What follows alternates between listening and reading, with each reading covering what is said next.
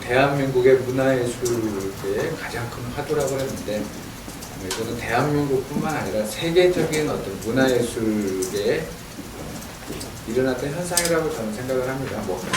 미국 같은 경우도 미술가들이나 이렇게 소거리 만들었지만 임대료가 비싸갖고 외곽으로 밀려나는 현상도 있고, 다른 어떤 큰 도시들에서는 예술가들이 새로운 곳에 가서 문화와 예술을 결합하고 그 안에 새로운 어떤 공간들을 만들어내면은 그 지역의 다른 상업적인 시설물이라든가 어떤 자본들이 들어와서 그 예술가들이 만들어 놓은 그런 공간을 되게 사유화시키고, 그러다 보면 실제로 그 공간을 만들어 놨던 예술가들이나 문화예술 단체가 임대료 상승이라든가 기타 운영비 이런 걸 감당 못해서 또 외곽으로 밀려나는 현상들이 저희 대한민국 말고 많은 곳에서 일어나고 있다고 생각을 합니다.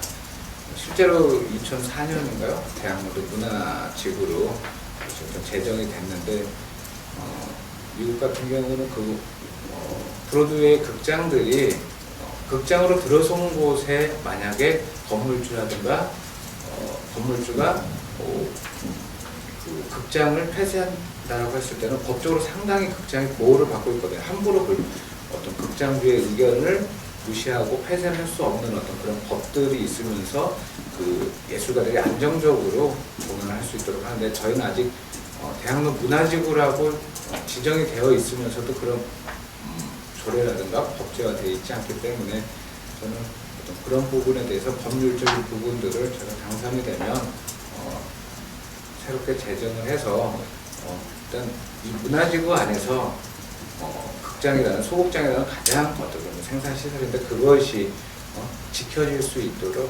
조례를 만들거나 법제화시키거나 그런 노력들을 해야겠습니다. 저는 이제 요즘 박근혜 정부에 들어서면서 특성화에 대한 얘기를 많이 합니다. 특화시키는 거. 비단 대학로뿐만 아니라 특화시키지 못하면은 도태돼가고 있는 것도 사실입니다. 그러니까 소극장들이 문이 닫고 이런 건 매우 마음 아픈 일입니다. 그렇지만 저는 이제 그런 거에 있어서는 이제 구분을 하고 싶어요. 순수 공연장으로서의 역할론과 상업 공연장에서 역할론이 있습니다. 그건 분명합니다. 우리가 상업극장들 같은 경우는 지원을 하지 않더라도 이미 그 극장을 만들 때 그들의 자본이 들어와 있습니다. 그러나 1년에 대학로 극장이라든지 문 닫았던 극장들을 보면 그 극장들은 상당히 순수 연극을 했던 극장들 아니겠습니까? 그래서 저는 정부의 지원에 있어서도 이런 구분이 가야 된다고 생각합니다. 순수 연극을 한 극장을 건물주에게도 혜택을 줘야 되겠지만, 건물주보다 순수 연극을 하는 사람들과 그 극장이 얼마만큼 순수 연극을 해왔느냐에 따라서 그런 것들에 대한 지원금이 차별화돼야 된다고 생각합니다. 그렇습니다. 우리가 프랑스 파리 하면 패션이고, 뉴욕 하면은 다양한 어떤 공연 모습을 그리고 아비뇽 하면 연극 이렇게 떠오르지 않습니까? 서울 하면 이 대학로가 얼마나 세계적인 저는 자산이라고 생각을 합니다. 대학로가. 이 자산은 종로구청에서 책임져야 됩니까? 아닙니다. 대한민국이 박근혜 대통령이 얘기한 것처럼 문화융성의 기여도를 갖고 있는 이 박근혜 대통령의 이 철학이 저는 밑에 문광구라든지 문화예술이 그리고 서울시가 대학로를 어떻게 바라보느냐에 달려있다고 생각합니다. 우리나라의 문화를 융성시키는데 저는 첫 번째 대통령이 김대중 대통령이라고 생각합니다. 왜 그렇습니까? 문화 국가 예산 1%인가요? 그게 얼마나 큰 예산입니까? 그걸 잡은 분이, 대통령의 철학이 매우 중요합니다. 지금 대통령 문화 융성 얘기하셨습니다. 그렇다면은 이런 것들은 보편성, 기재부라든지 이런 데서 예산을 나눌 때 보편성으로 나눠갖고는 어떠한 문화 융성 할 수 없습니다.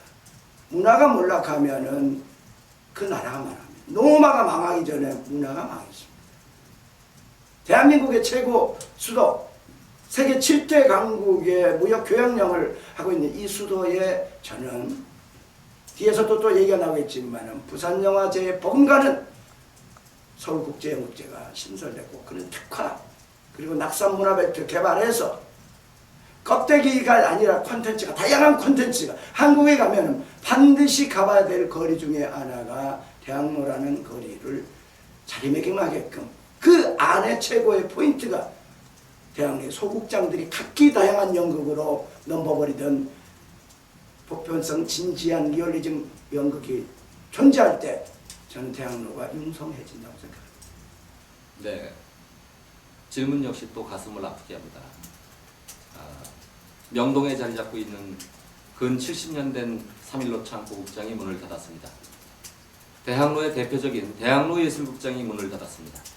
그리고 알려지지 않은 대학로 소극장들이 임대주의 횡포라고 하면 좀 심한 얘기지만 임대료에 견딜 수 없어서 지금 현재도 연일 소극장이 문을 닫고 있습니다.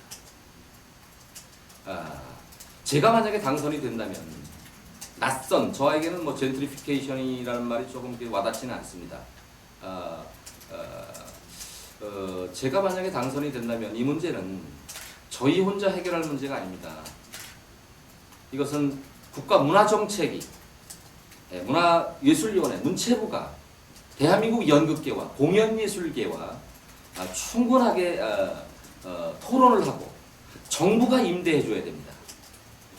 정부가 극장을 임대해서 서울연극협회에 정말 저렴한 금액을 가지고 사용할 수 있게끔 그리고 서울연극협회는 좋은 작품들을 바로 협회 극단들에게 부담되지 않는 영역 안에서 임대를 해주고 그러한 임대 사업의 절차가 정부가 임대해서 그 임대를 문화예술위원회에 준다든가 연극협회에 주고 다시 연극협회는 서울연극협회에 가장 저렴한 돈을 받고 대관을 해줘야 됩니다. 그래서 대학로가 탄탄해야 됩니다. 그리고 대학로 연극은 곧 서울의 연극이고 서울의 연극은 바로 대한민국의 연극입니다.